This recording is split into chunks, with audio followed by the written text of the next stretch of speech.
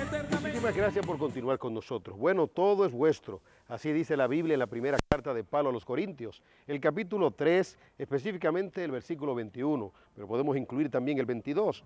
Así que ninguno se gloríe en los hombres, porque todo es vuestro. Y añade el apóstol Pablo de manera maravillosa y extraordinaria, sea Pablo, Apolos o Cefas, sea el mundo, la vida o la muerte, sea lo presente o lo porvenir, todo es vuestro. Y añade algo más, y vosotros sois de Cristo y Cristo es de Dios. Dos veces repite el apóstol Pablo esta gran verdad. Todo es vuestro. De Jehová es la tierra y su plenitud, el mundo y los que en él habitan. Todo es de Dios. El enemigo no tiene ni parte ni suerte y no tiene nada en este cosmos, en este mundo, en este planeta que es de Dios. Todo lo ha hecho Dios. En el principio creó Dios los cielos y la tierra. Bueno, pero ¿de dónde surge esta verdad? Esta verdad que se convierte en emblema para el pueblo de Dios, para la salud espiritual del pueblo de Dios, para la salud emocional del pueblo de Dios, incluso hasta para la salud del pensamiento, es decir, de la forma de procesar las ideas. Todo es vuestro. Diríamos que esta verdad es liberadora, es una verdad emancipadora, pero ¿de dónde surge? ¿Por qué el apóstol Pablo tiene que apelar a esta verdad de que todo es vuestro? Porque, bueno, la expresión connota como belleza, ¿verdad? Las flores del campo, el color verde de las plantas, los peces del mar, el oxígeno, la comida, la música, el cielo, el mar, el anchuroso mar, los ríos, la ecología, las aves, bueno, todo es vuestro. Sin embargo, Pablo habla de esto a razón de una dificultad, de un pleito, de una polémica, de una confrontación, de un conflicto que se suscitó en una comunidad cristiana, en una iglesia local. Usted puede escudriñar conmigo lo que pasó en esa comunidad. Puede ir conmigo a la primera carta de Pablo a los Corintios, capítulo 3. Si tiene una Biblia, pues ábrala. Si tiene un celular inteligente, pues ábralo también, despiértelo, enciéndalo, sintonícelo. Y vayamos al capítulo 3 de la primera carta de Pablo a los Corintios. Veamos el conflicto. De manera, dice Pablo, que yo, hermanos, no pude hablaros como espirituales, sino como a carnales, como a niños en Cristo. Lo que está diciendo aquí no es bueno. Le está diciendo ingenuos, le está diciendo inmaduros, le está diciendo carente de discernimiento. Yo no pude hablaros, dice aquí, como espirituales, sino como a carnales, como a niños en Cristo. Bueno, está utilizando dos términos que podrían hasta contraponerse en un sentido, pero aquí los términos no se contraponen. Dice como carnales. Bueno, ¿quién es un carnal? Un carnal es uno que vive o anda en la carne. Pero al parecer Pablo no está dimensionando este calificativo de esa manera. Dice, como a niños en Cristo. En otras palabras, el comportamiento de ustedes no ha sido bueno. El comportamiento de ustedes no ha sido sano. Y añade más, os di a beber leche, no alimento sólido, porque aún no erais capaces, ni sois capaces todavía. Todavía Pablo se remonta, o Pablo más allá, y se remonta al origen, cuando comenzó su trabajo de discipulado, probablemente con ellos. Su crecimiento fue complejo, su crecimiento espiritual fue difícil. Dice, aún todavía tenéis una condición de dificultad para asimilar y procesar las verdades de Dios. Y eso puede pasar en una comunidad cristiana, puede pasar, claro que sí. Que Dios nos libre de no ser contados de esta manera, como estos creyentes verdaderos en Corinto. Dice más el consejo de Dios, porque aún sois carnales. Bueno, una cosa es el pasado y otra cosa es el presente. Hay cosas que debemos dejarlas en el pasado, pero cuando esas cosas negativas siguen todavía, es decir, la falta de diligencia, la negligencia, la falta de asimilación de las verdades, como ya se ha dicho. Pablo está diciendo, hay una situación todavía compleja hoy en día. En efecto, habiendo entre vosotros celos, contiendas y disensiones, no sois carnales y andáis como hombres, Pues cuando uno dice, yo ciertamente soy de Pablo, y el otro, yo soy de Apolos, no sois carnales. Es decir, que lo antes dicho vino a razón de un problema que Pablo podía cuantificar. Bueno, a Pablo le informaron los de Cloé, lo dice en el capítulo 1, fue informado por los de Cloé, pero ya Pablo sabía que en esta comunidad cristiana estaba pasando algo negativo. La división se había metido allí, el partidarismo. Yo de Pablo, yo de Apolos, yo de Cefa. Ahora miren cómo Pablo aborda el asunto, cómo trata el asunto.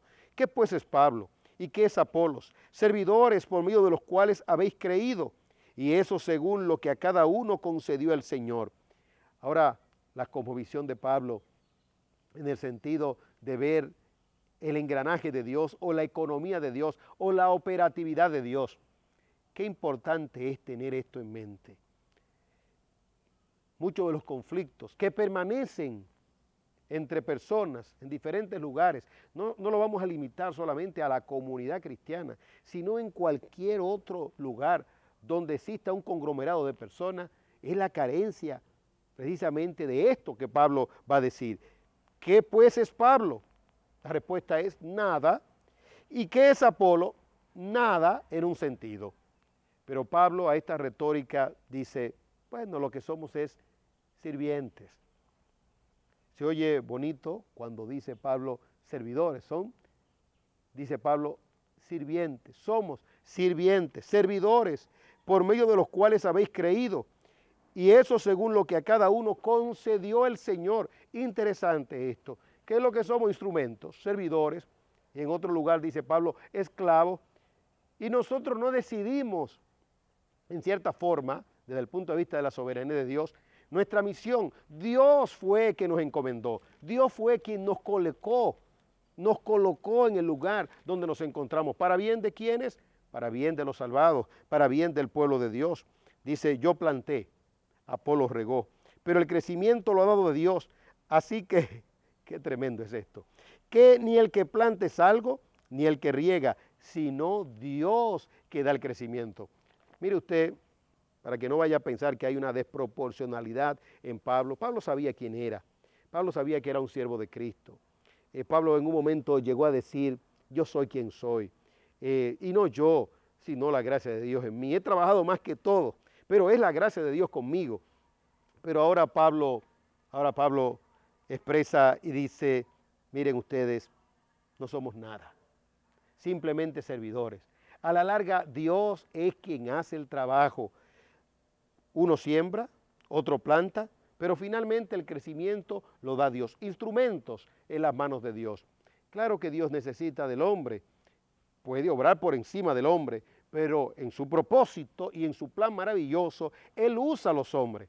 Y la gran bendición que pueden tener los hombres es el reconocimiento de que son instrumentos en la mano de Dios. Ahí está la valía, ahí está el sentirse satisfecho, ahí radica precisamente la plena felicidad. Y el que planta y el que riega son una misma cosa, aunque cada uno recibirá su recompensa conforme a su labor. Maravilloso es esto. Gloria a Dios. Dios es soberano, eso lo sabemos. Sin embargo, los hombres como instrumentos deben de saberse tales, pero de igual forma deben persuadirse de la bendición de la recompensa. En el Sermón del Monte, que aprendimos y leímos y estudiamos y repasamos y remachamos, en el capítulo 6 se nos habla de que, bueno, no busquemos la gloria de los hombres.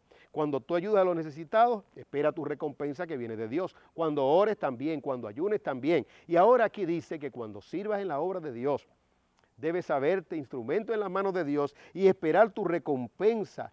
Y esa recompensa va a venir conforme a la labor que puedas hacer. Porque nosotros somos colaboradores de Dios. Qué expresión tan trascendental.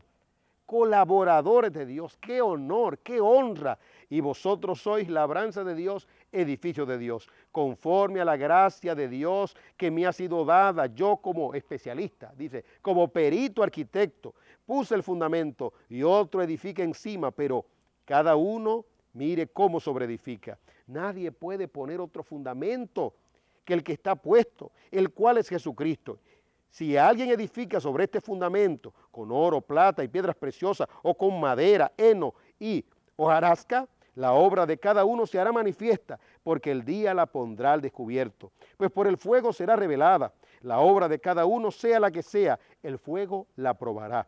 Así, si permanece la obra de algunos que sobreedificó, él recibirá recompensa. Esto es exquisito realmente. Pablo no deja de reconocer quién es. Dice, yo soy un especialista ¿en qué? En fundamento. Dice, puse el fundamento. Maravilloso esto. Pero otra persona le dio seguimiento a lo que yo hice. La gran jactancia hoy en día de la gente que hace un edificio. Dice, eso lo hice yo. ¿Y esos materiales? ¿Y los obreros? Se pudo hacer un edificio tan bonito y tan elegante sin un humilde obrero que pusiera el bloque. Hiciste el diseño, pero ¿quién te dio la sabiduría? Dios. ¿Pero de dónde tomaste el diseño? Estudiaste en la universidad. Y eso que te instruyeron también estudiaron y tomaron de algún lugar. Y a la larga vamos a tener que caer en el origen de todas las cosas, que es Dios. Dice Pablo, yo puse el fundamento, pero el otro vino y sobreedificó y continuó desarrollando la labor. Llevándolo al plano espiritual, Pablo dice, de lo que hay que cuidarse básicamente es de la motivación. Es decir, ¿para qué lo hacemos? ¿Para la gloria nuestra o para la gloria de Dios? Pablo dice que ciertamente la motivación en este contexto no determina la salvación. Y ese es un punto que debe subrayarse. La motivación en este contexto no determina la salvación. Dice Pablo, ciertamente se va a salvar, versículo 15. Si la obra de alguno se quema, él sufrirá pérdida. Si bien él mismo será salvo, aunque así como por fuego. En otras palabras, cuida tu corazón, cuida tu motivación, para que no solamente seas salvo por gracia, sino que también tus obras te puedan continuar y no sean quemadas y no sea desechado. Y cuando vaya a la presencia del Señor y el Señor te diga, ¿y dónde están los talentos que yo te di? ¿Dónde están? ¿Lo multiplicaste? Oh sí, Señor, tú sabes que yo hice muchas cosas, pero ¿cuál fue tu motivación en lo que estabas haciendo? De ahí la importancia de vigilar, supervigilar, cuidar el corazón para que lo que hagamos realmente sea para la gloria del Señor.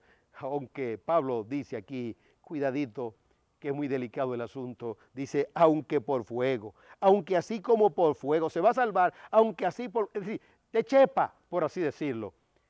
Un verdadero creyente entonces de manera consistente debe procurar hacer todo para la gloria del Señor. ¿Acaso no sabéis que sois templo de Dios y que el Espíritu de Dios está en vosotros?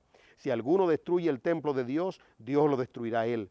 Porque el templo de Dios, el cual sois vosotros, maravilloso, santo es. Ahora no está hablando meramente de un cuerpo físico, es más que esto. Ahora está hablando de la iglesia, del cuerpo de la iglesia. En otras palabras, nosotros no podemos, ni nadie puede ser instrumento de destrucción del cuerpo de Cristo, que es la iglesia. Todo lo contrario, ese cuerpo que es santo debe de ser edificado. Y lo que se aplica a la iglesia, ¿por qué no? Se puede aplicar también al cuerpo en sentido singular. Nadie se engaña a sí mismo. Si alguno entre vosotros quiere ser sabio en este mundo, hágase ignorante y así llegará a ser verdaderamente sabio. Cuando nos creemos sabios, nos convertimos en individualistas. En otras palabras, soy yo y yo, lo que yo hice, lo que yo hago, lo que yo sé, lo que yo entiendo. No, no, no, no, no. Aquí hay un punto cardinal, la ignorancia. El conocimiento es tan vasto, tan inmenso, que nadie realmente sabe nada. Esa declaración profunda del filósofo de la antigüedad que dijo, yo solamente sé que no sé nada. Ahora Pablo está diciendo, hágase ignorante. No es que vamos a mostrar una hipocresía de decir, no, yo no sé nada de esto, cuando sabemos, cuando entendemos. Lo que está diciendo Pablo es, no entendemos como deberíamos entender, no sabemos como deberíamos saber. Es tan amplio, es tan vasto. Recuerdo la ilustración, ¿verdad?, de alguien que sabía de tantas cosas en la ciencia, pero no sabía de una sola, cardinal, no sabía nadar. Y cuando iba cruzando por un río profundo en una yola, el yolero, el que lo estaba transportando, no sabía de ciencia, no sabía de números, era analfabeto, no sabía de nada, pero solamente sabía una cosa, nadar. En la profundidad de esas aguas, la yola se volteó. ¿Cuál de los dos se salvó? El que sabía nadar. Él no sabía nadar. Para ser cristiano solamente se necesita creer en Jesucristo. No es el vasto conocimiento, es creer en Cristo, es una mirada de fe. No hay otro nombre debajo del cielo en el cual podamos ser salvos sino en Jesucristo. Se puede saber de todo, de todo, de ciencia, de religión, de origen de vida, de supervivencia, de todo. Pero si no se tiene lo más importante, el salvavidas de la salvación, que es Cristo, se perdió todo. Cristo, la esperanza de vida, la esperanza de gloria, esperanza viva, esperanza maravillosa, esperanza gloriosa. Es decir, que aquí nosotros no sabemos cómo debemos saber, y cuando sepamos algo no sabemos nada ante el vasto conocimiento que hay en el mundo. La sabiduría de este mundo, Pablo dice, es necedad, es insensatez ante Dios, como está escrito. Él prende a los sabios en la astucia de ellos. Y otra vez, el Señor conoce los pensamientos de los sabios y sabe que son vanos. Ahora mire la parte conclusiva para llegar al punto donde queremos llegar. Así que ninguno se gloríe en los hombres. Total, todo es vuestro. Todo es vuestro. Esos tomos inmensos de medicina son vuestros. Esas pinturas en lugares exquisitos, en Francia, en Italia, en Alemania, todo es vuestro. Los grandes edificios de los Estados Unidos y de Europa, eso es vuestro. Todos los carros bellos y hermosos que se puedan diseñar son vuestros.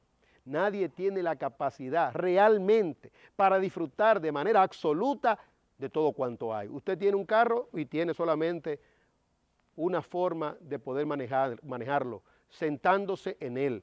Pero usted no puede manejar dos carros, uno solo. Y ahí es que viene la perversión en otros planos, porque el hombre quiere hacer más, pero su cuerpo es uno solo. Y en ese sentido tiene una capacidad limitada. Y aunque tenga miles y cientos y millones de recursos, no puede usar todo ese recurso. Para llegar a 10 hay que comenzar por 1, 2. No se puede llegar a 10 de manera plena, a menos que digamos 10. Pero es 1, 2, 3, 4, 5, 6, 7, 8, 9 y 10. Así en la vida. Para comerse un rico bocado, no se puede uno pues entrar todo ese bocado al mismo tiempo. Tiene que ser cucharadita a cucharadita. Todo es vuestro, si pudiéramos entenderlo. Ya explicaremos un poco más en sentido práctico esta gran verdad, pero por ahora es importante que sepamos lo que dice Pablo. Sea Pablo él mismo, porque él se consideraba don de Dios, él no tenía una falsa modestia. Sea Pablo, se pone primero, Apolos o Cefa, sea el mundo, la vida o la muerte, sea lo presente o lo porvenir, todo es vuestro. Y vosotros sois de Dios, y finalmente, Cristo es de Dios. Es decir, que todo es de Dios. Formamos parte del engranaje de Dios. Y esto no solamente se aplica al pueblo de Dios, sino en sentido general a todo lo creado. Nos vamos a una pausa y luego seguiremos disfrutando del consejo de Dios. Él ha limpiado mi maldad.